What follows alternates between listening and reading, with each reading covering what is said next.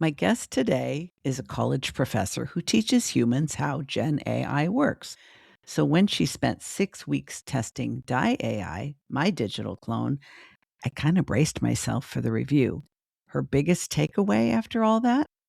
And here's the part I didn't see coming. She's still using it. Today on ADHD ish, a certified skeptic tells you exactly what an AI coach is good for, where it falls short, and how to make it earn its keep.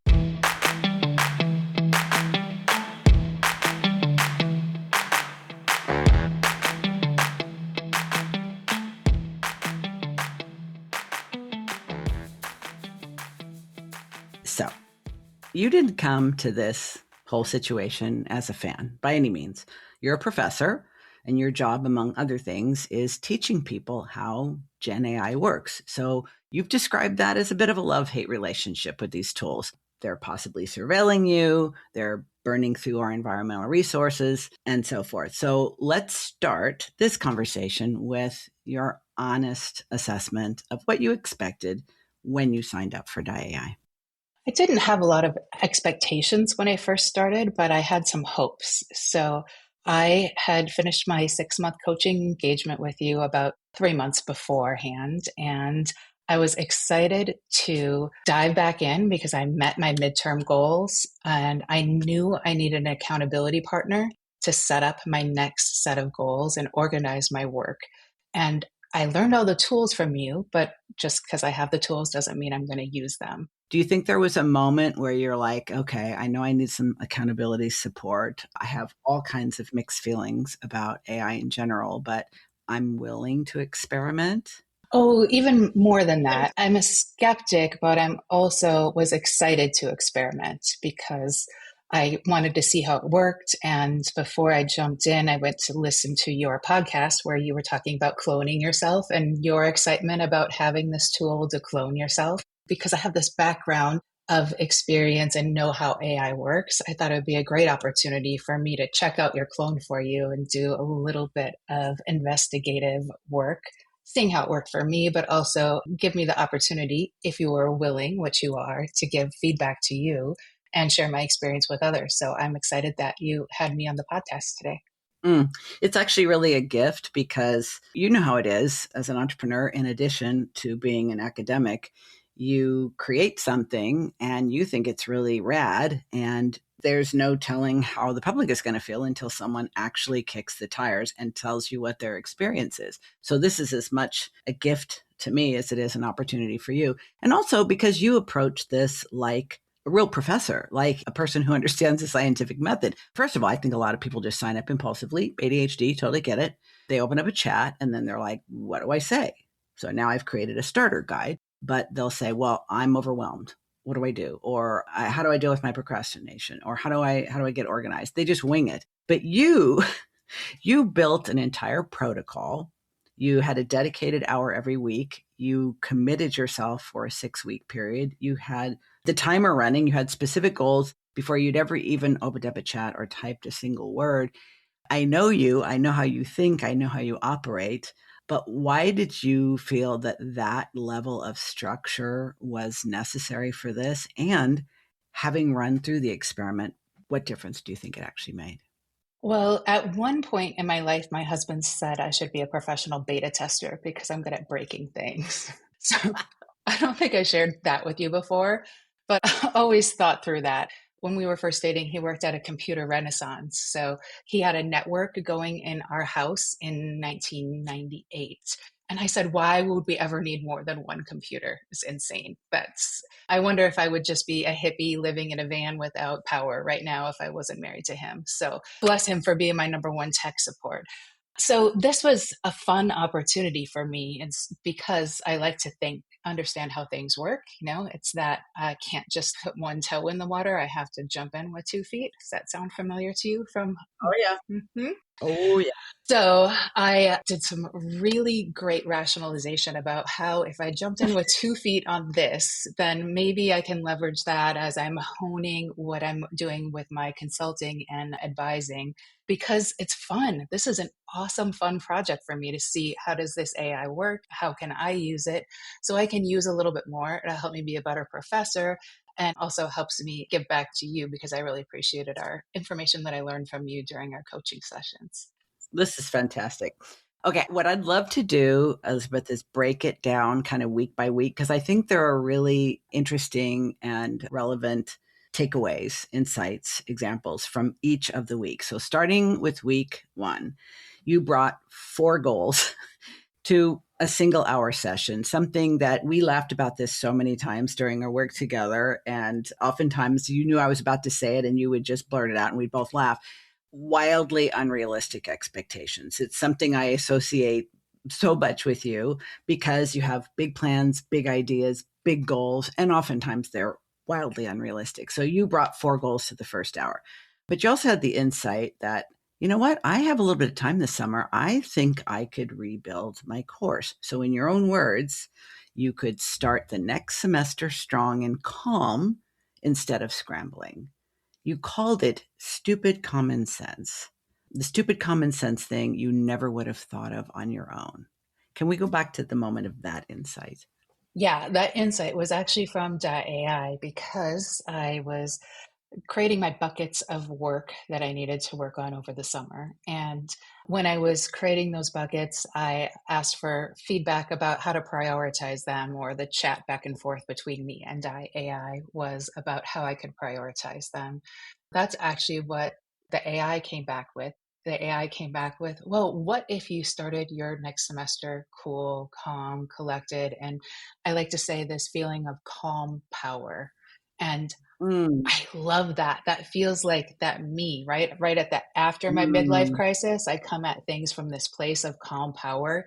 And so I hated that the AI was like, here, how about if you started this semester from this place that you want to be at? And I'm like, I didn't even tell you that. How do you know that? I was so mad that it hit the nail right on the head.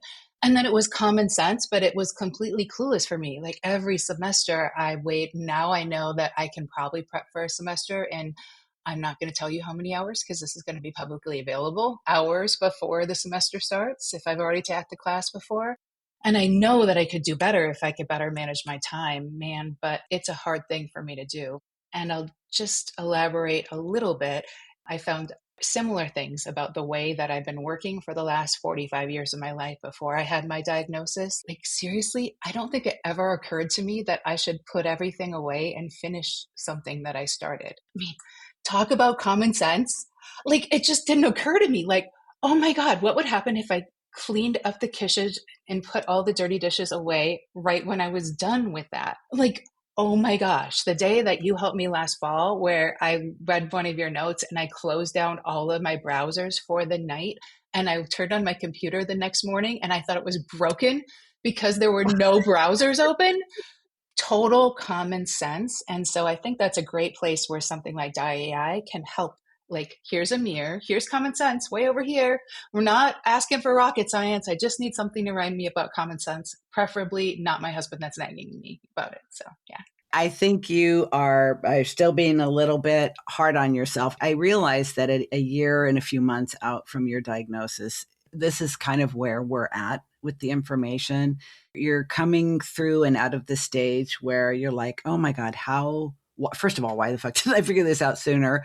Why did I do that? Oh, shoot. Now what? Oh, it sure would have been great if I'd known this sooner. And then when you start realizing that there are easier ways to figure things out, easier ways to get things done, easier ways to spare your nervous system from all the drama and trauma, then you can oftentimes feel kind of dumb. Like, I'm a smart person. You are a very smart person. You are a highly educated person.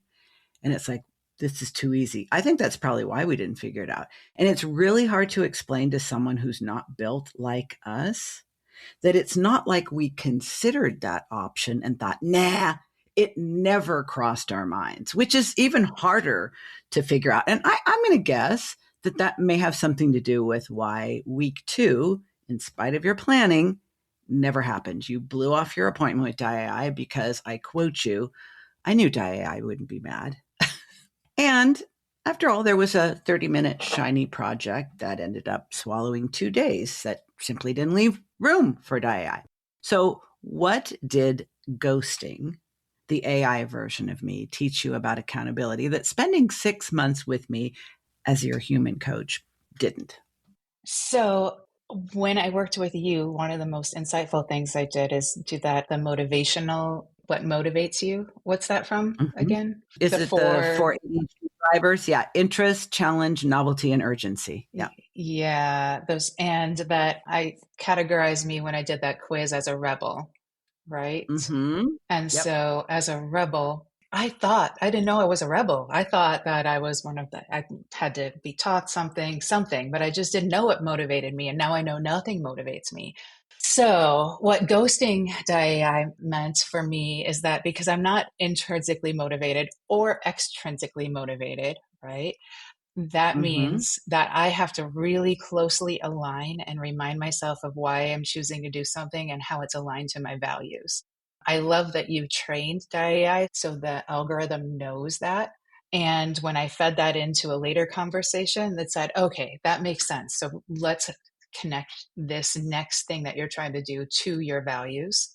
And so that was very helpful in that case. And because I have to do something completely aligned to my values, if I was going to stay true to AI as an accountability partner, I would have had to do a better job of tying this meeting time to my values to say, my value is to really hit this 6 times in a row because it's really important to keep those dates. And I didn't do enough deep thinking to actually make those hard connections in my head to get me to show up on time or fully deliver. Because, I Mm. made it up. I made up that we should meet once a week for 6 weeks. And since I made it up, I know I can change it.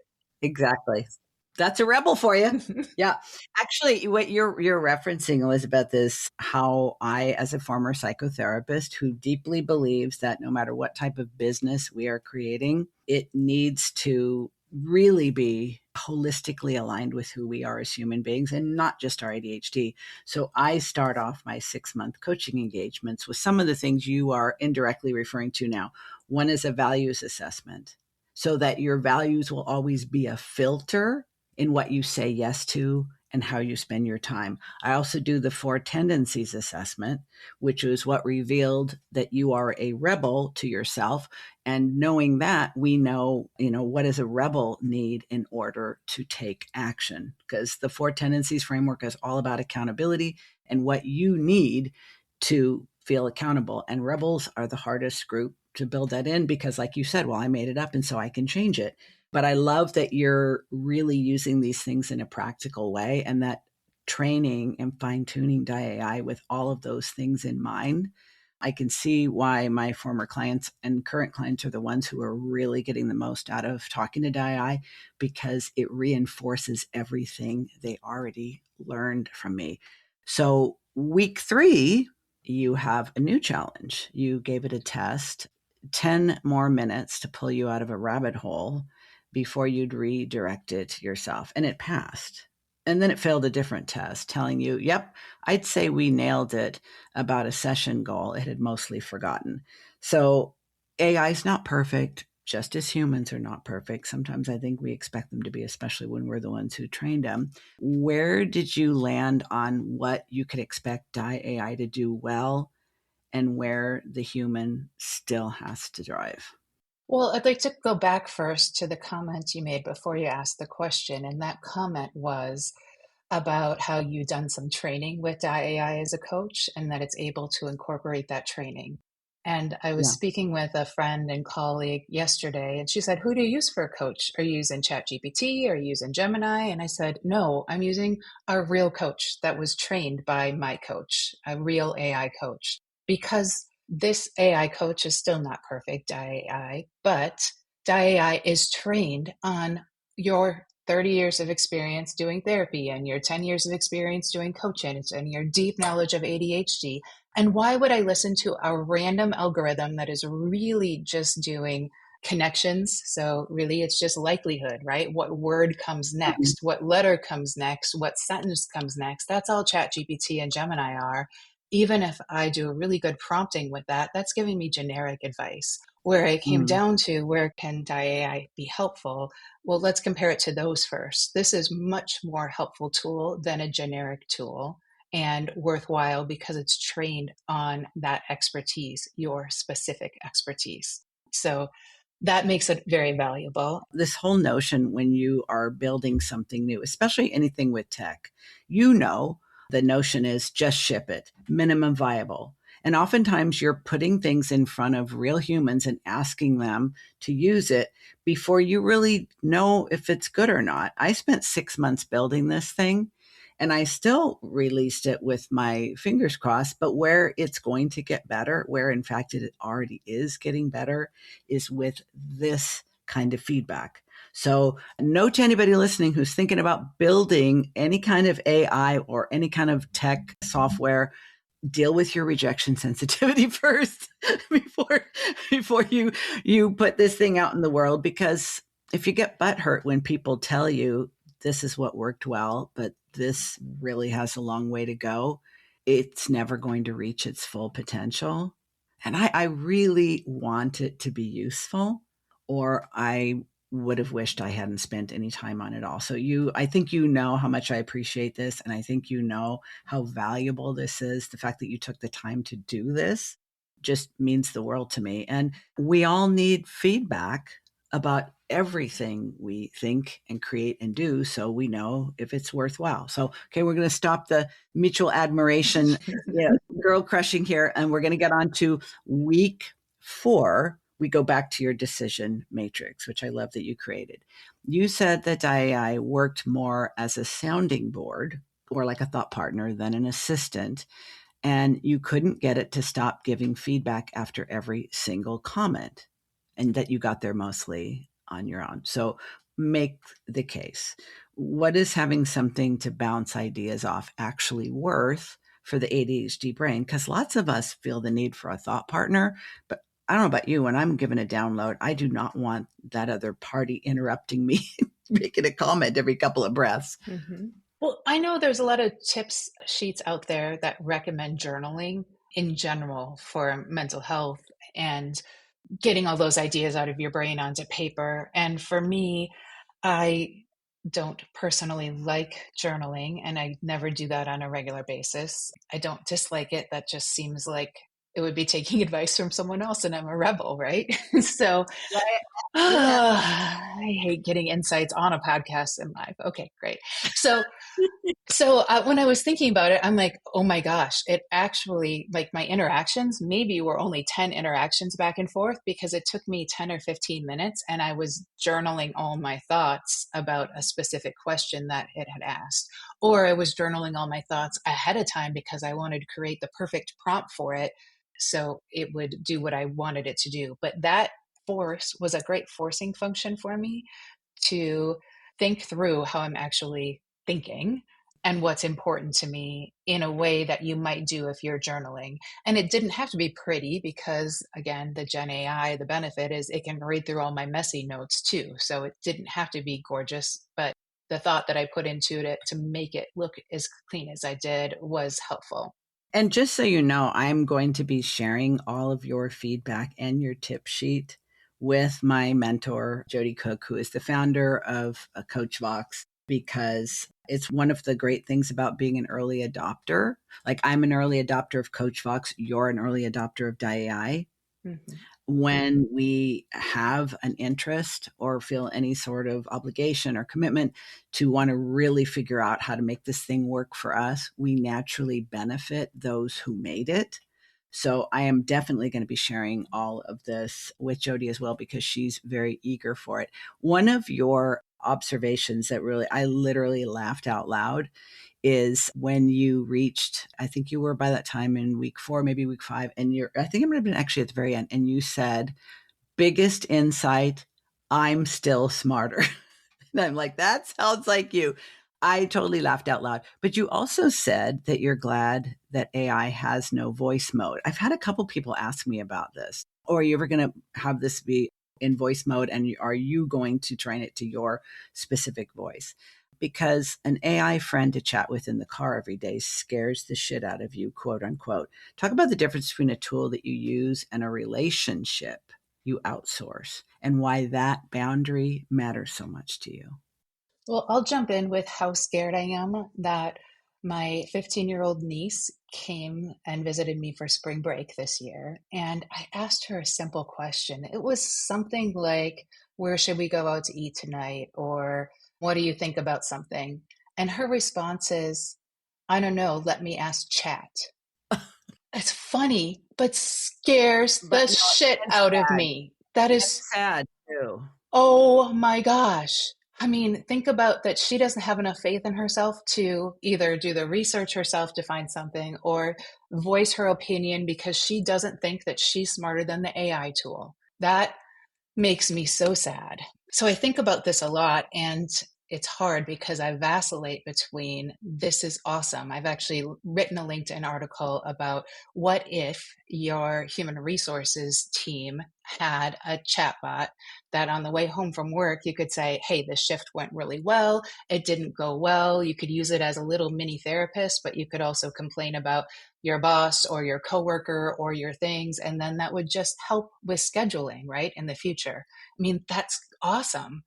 But just because the technology is there and can do that, I don't know. It's also very scary that you're outsourcing that to not a human. And in all my feedback to you, I made sure I said it. It's an it. It's not really a clone of Di. It's an algorithm. It's an algorithm that I like. Adam Manestroni calls it a bag of words, and he has a great blog post on that that you could link to as Mm, well. It's just a yeah. big giant bag of words, and it's just, even though it's fed with what you know, it is not smarter than I am, right? I am a human, and I'm the only person who can put to know everything about myself. I could never teach AI everything about me. And AI can't see my face. They can't see my facial expression. And even if you feed it with all of your knowledge, it can't read my face the way that you can with my reaction and know when I say that one sentence about my husband that reminds you of the four other people you worked with have husbands like mine, or my job, and help make all of those connections in a way that humans can. And so it really scares me in one perspective, especially if you were to add that voice component to bring it back to your initial question, right? Mm. Then would I treat this as a friend who I'm chatting with every time I have a problem? And would that mean I call my sister less often? And then my relationship with my sister wouldn't be as good. And she's a real human who knows my backstory much more than anyone else can. And so I'm a skeptic, but also excited and super scared. Anyway, all of those feelings, all of them. I'm with you, Elizabeth, 100%. And I think listeners might be surprised to hear me say this because they're like, well, bitch, you made this thing, you put it out, and here you are promoting it. But I share 100% of your concerns. I share your fascination and I share your horror because we already know that there are people who are turning to AI chatbots for advice that really needs to be directed to humans. People are using AI chatbots for therapy. I think it's just a matter of time before these major therapy platforms that have been promoting text based and email based therapy instead of even seeing someone across a video screen, much less in their office, it's just a matter of time before they are going to be offering AI therapy at a slightly reduced rate. There are people who actually think they are in a committed, intimate, romantic partnership with AI. I first found out about this on TikTok and I thought it was an AI generated joke. It is Mm-mm. not. Mm-mm. You know, I spent 20 years of my life as a therapist, and as you say, 10 years now as a coach, and I trust my intuition and my instinct as well as my skill, my judgment, and my expertise. There is no way, no matter how well we train AI, that it can or should replace us. I'm also really fascinated and excited and fully exploring how it can assist and supplement us. So I would say you and I probably have many of the same feelings. And at this point, relationship status it's complicated. I want to talk before we run out of time about a conference that you recently attended. And I'm really excited to share one of the talks in particular because it's very relevant to this discussion. It was the Naturalistic Decision Making Conference, which you'd have to be some major kind of word nerd to get excited about that. But hey, we're here for it. And you listen to someone named Michael Webb speak about what to ask before engaging with an AI. And I'm like, ooh, that's juicy. So I was at that conference because I was presenting my dissertation work, which back when I finished my dissertation, I studied human decision making and how complex human decision making is. And the reason I even finished all the way through school as far as I did, number one, I had free Army money to go to school because I was in the military. So thanks for paying your taxes so I could use my GI Bill. And the other reason the other reason is that I really enjoyed understanding human decision making and expertise and when we should use IT, specifically in healthcare, but I'm interested in any place. And so my research studied charge nurses and their decision making. And my study found that when charge nurses are thinking about which nurses should take care of which patients, they use different information on different days, and they use that information in different ways, and even their goals change depending on which nurses are on staff that day and how sick the patients are. And it's complex, right? What we're doing, Huh. they think of over 70 items that they think about every time they're just deciding if that nurse should take care of that patient. So I was Wow. presenting about that, and I used a framework from Gary Klein, who studied firefighter experts. And he and Daniel Kahneman have a framework about when you should use AI. And this framework kind of builds on both of those frameworks. So the one that Michael presented. And I really needed to pull that together because I'm going to make my students learn it in class this semester, upcoming this fall, because I want them to be thinking through how they should use AI too. One last little tangent related to that is because my students who are taking online graduate level courses are using AI, and I know they're using AI because out of 60 students in my class, 20 had the same answer. That was just like share what happened yesterday answer. So No. yeah, pick someone and ask them this question, or pick any patient that's ever had a patient problem that's online. And about 20 of them picked the same two patients, which are the first one that pops up if you ask ChatGPT. And one of the students that took my oral midterm, because I want to have eyeballs on my students, one of them had their ChatGPT up on the side. And I said, "Are you ready for the first question?" And their phone answered, "Yes, I'm ready for the first question." So I have a lot of concerns about when we should be using We have, AI and when we we have shouldn't be work to using do. AI. Okay, so Oh, we back have to your work to do. question. Yeah, there's a lot out there, and people need to think through, when am I using this AI? Am I using it to suggest Yeah, what to make for dinner? Great. Am I using this to make a major life choice? Make sure that you're getting good advice. So I developed these three questions based off of all of that background that I know and Michael's presentation. So the first one for you specifically about if you're deciding to engage with Di AI is, does Di AI have the knowledge required to help you with this problem? What's something that you're not good at, Di? within the realm of my business or No, just in general? in general. I'm really pretty fucking useless in the kitchen. Yeah. So don't ask Di AI for kitchen advice or recipe advice because that's not what it's built for. And if it's based off of Diann Wingert's knowledge, then don't trust that. You'll be No. like me and You'll be substitute. sorely disappointed. Baking soda and baking powder are not even substitutions. Ask me Yes. how I know. Okay. So make sure that Di AI actually has the knowledge required to help you with your problem before you engage. The second Very one good. is, does Di AI understand your goals for the session? So I ran into this Mm. when I really wanted to help me refine my decision matrix, but it didn't stick with that goal very much because it kind of went down its own little therapy-ish kind of thing about, what do you want in a decision-making process? What things are important to you?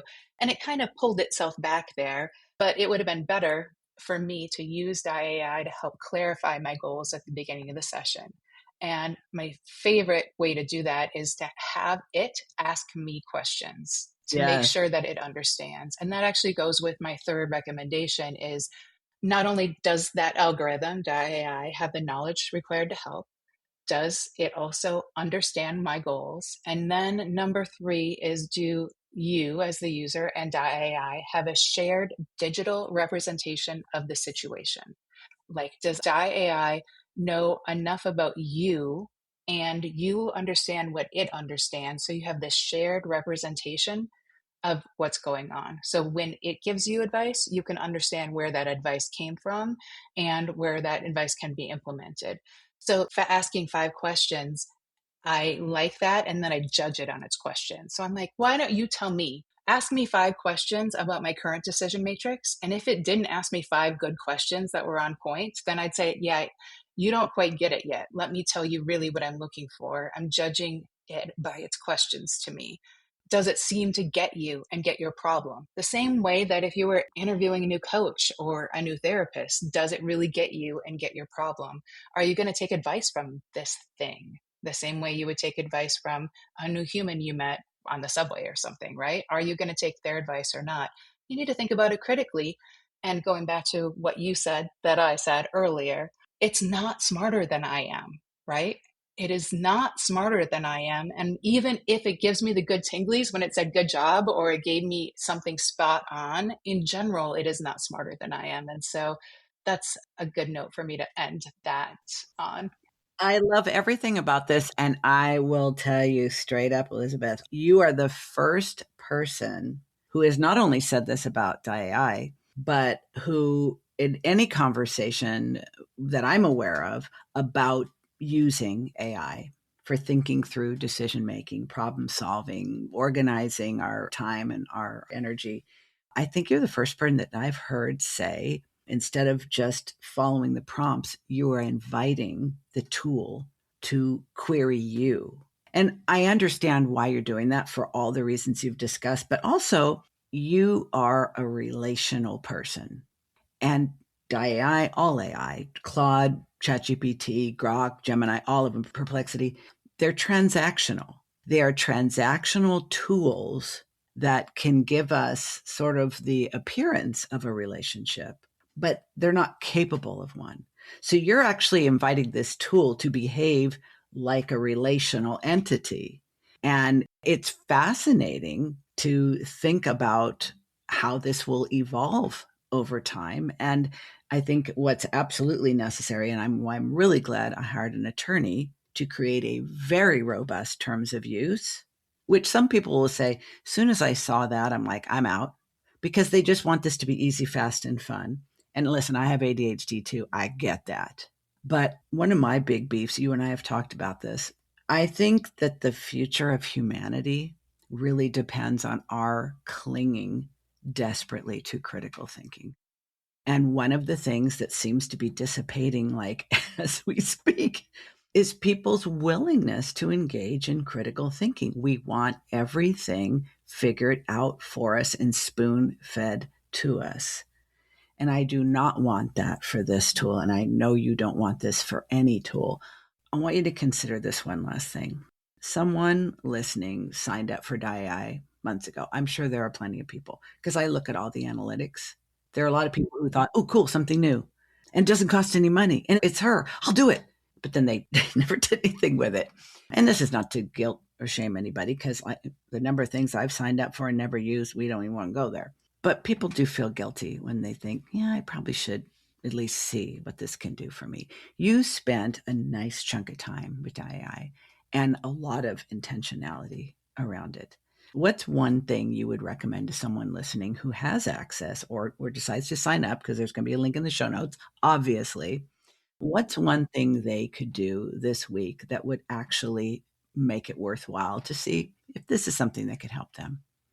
I have two ideas for them, not Of just course one. you do. Oh, Why yeah. just one? You're a Wildly rebel. unrealistic expectations. And Here we yes, go. I've overachiever definitely all the helped you. way in. It would have been 10. Now it's just two. Okay, I Oh, accept. yes. Now let's see if my brain can remember either of them after going off on that tangent.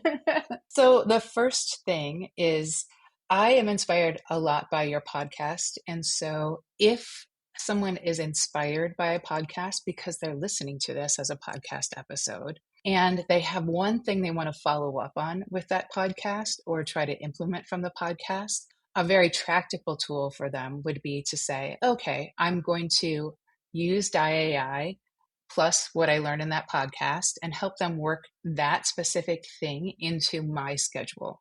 Okay, how can I incorporate that?